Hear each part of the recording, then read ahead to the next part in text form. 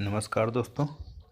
आज हम आपको 18वीं शताब्दी में भारत में आंग्ल फ्रांसीसी प्रतिद्वंद्विता के समक्ष कर्नाटक के हुए युद्धों में कर्नाटक का द्वितीय युद्ध का वर्णन तथा उसकी महत्व के बारे में बताएंगे।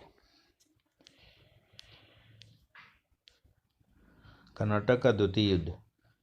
सबसे पहले हम जानेंगे कर्नाटक का द्वितीय युद्ध 1749 से 1754 ईस्वी में हुआ।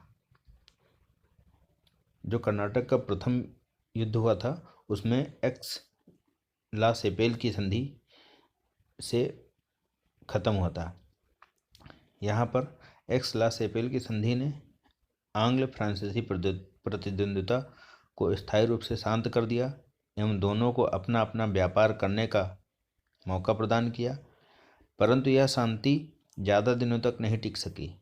शीघ्र ही दोनों शक्तियाँ सुयोग्य मौके की ताक में लग गईं। वस्तुतः कर्नाटक के प्रथम युद्ध ने डुप्ले की राजनीतिक महत्वाकांक्षाओं को प्रज्वलित कर दिया। भारत में फ्रांसीसी आधिपत्य कायम करने के लिए वह व्यग्र हो उठा।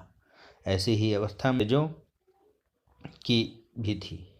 यह सुअवसर दोनों को हैदराबाद तथा कर्नाटक के सिंहासनों के विवादास्पद उत्तराधिकार के कारण प्राप्त हुआ। 1748 ईस्वी में हैदराबाद और कर्नाटक में उत्तराधिकार का युद्ध प्रारंभ हुआ। 21 मई 1748 को हैदराबाद के निजाम आसफ जाह की मृत्यु के बाद उसका पुत्र नासिर जंग गद्दी पर बैठा, परंतु मृत निजाम के पोते मुजफ्फर जंग ने नासिर जंग को निजाम के रूप में स्वीकार करने से इनकार कर दिया। फलतः गृह युद्ध की स्थिति पैदा हो गई। उधर कर्नाटक भी अशांत था। कर्नाटक के नवाब अनवरुद्दीन के विरोधी स्वर्गीय नवाब दोस्त अली के दामाद चंदा साहब को नवाब बनाने के लिए प्रयत्नशील थे। ऐसी अनिश्चित परिस्थिति का लाभ उठाकर डुप्ले अपना प्रभाव क्षेत्र विस्तृत करना चाहता था, अतः उसने इसका लाभ उठाने की योजना बनाई। डुप्ले ने मुजफ्फरजंग तथा चंदा साहब को समर्थन देने का निश्चय किया। उसने इन दोनों से समझौता कर लिया। उसने मुजफ्फरजंग और चंदा साहब को सैनिक सहायता देने का वचन दिया और उनकी सहायता के लिए फ्रांसीसी सेना की टुकड़ी भेजी। इस सेना की मदद से अनवरुद्दीन और नासिर जंग को पराजित कर एवं उनकी हत्या कर हैदराबाद में मुजफ्फरजंग एवं कर्नाटक में चंदा साहब गद्दी पर आए। फ्रांसीसी सहायता के बदले दोनों ने फ्रांसीसियों को काफ़ी धन दिया। इसके साथ ही डुप्ले को मुजफ्फरजंग ने कृष्णा नदी के दक्षिण भाग में मुगल प्रदेशों का गवर्नर बहाल कर दिया। उत्तरी सरकारों के कुछ जिलों में भी फ्रांसीसियों को दे दिए गए। डुप्ले ने मुजफ्फरजंग के अनुरोध पर फ्रांसीसी सेना की एक टुकड़ी कप्तान बुस्सी के अधीन हैदराबाद में तैनात कर दी। अब हैदराबाद और कर्नाटक पर फ्रांसीसियों का सीधा नियंत्रण कायम हो गया और डुप्ले की शक्ति अत्यधिक बढ़ गई। इन घटनाओं से अंग्रेज आशंकित हो उठे। वे भी किसी ऐसे मौके की ताक में रहने लगे जिससे फ्रांसीसियों पर अंकुश लगाया जा सके। सौभाग्यवश अंग्रेजों को भी इसका मौका मिल गया। स्वर्गीय नवाब अनवरुद्दीन का पुत्र मोहम्मद अली चंदा साहब के डर से भागकर तिरुचिरापल्ली भाग चला गया, जहां वह अंग्रेजी सहायता की अपेक्षा रखता था। चंदा साहब और फ्रांसीसी सेना उसका पीछा करते करते आगे बढ़ रही थी। अंग्रेजों ने तत्काल ही इस मौके का लाभ उठाकर फ्रांसीसियों को पराजित करने की योजना बनाई। उन लोगों ने मोहम्मद अली को अपने संरक्षण में ले लिया और फ्रांसीसियों से मुकाबले की तैयारी कर ली।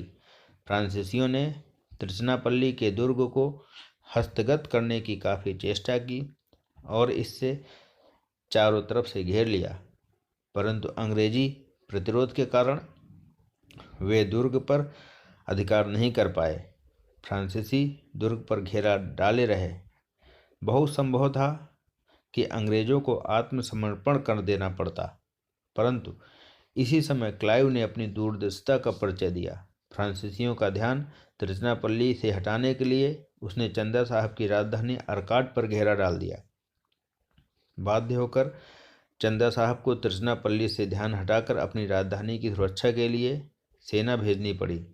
परंतु डुप्ले एवं चंदा साहब की सेना आर्काट को क्लाइव से मुक्त नहीं करा सकी। यह डुप्ले और फ्रांसीसियों की अंग्रेजों के हाथों पहली महत्वपूर्ण पराजय थी। इस पराजय ने डुप्ले की राजनीतिक महत्वाकांक्षाओं एवं उसके भाग्य का अंत कर दिया। इसी मध्य तिरुचिरापल्ली भी अंग्रेजों के हाथ में आ गया। चंदा साहब भागकर तंजौर पहुंचा, जहां उसकी हत्या कर दी गई। अब अंग्रेजों का हिमायती मोहम्मद अली कर्नाटक का नवाब बन बैठा।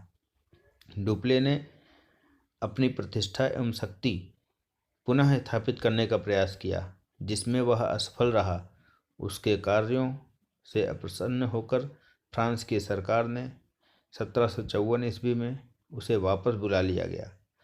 उसकी जगह गोडेहू आया, जिसने अंग्रेजों से संधि कर द्वितीय कर्नाटक युद्ध का अंत कर दिया। अब हम आपको कर्नाटक के द्वितीय युद्ध का महत्व के बारे में विस्तार पूर्वक बताते हैं। कर्नाटक के द्वितीय युद्ध का महत्व। प्रथम युद्ध की अपेक्षा कर्नाटक का द्वितीय युद्ध परिणामियों की दृष्टिकोण से ज़्यादा महत्वपूर्ण सिद्ध हुआ। सुंदरलाल के अनुसार यह वह चट्टान है जिसमें टकराकर इस देश के अंदर डुप्ले एवं फ्रांसीसियों की समस्त आकांक्षाएं चूर चूर हो गई।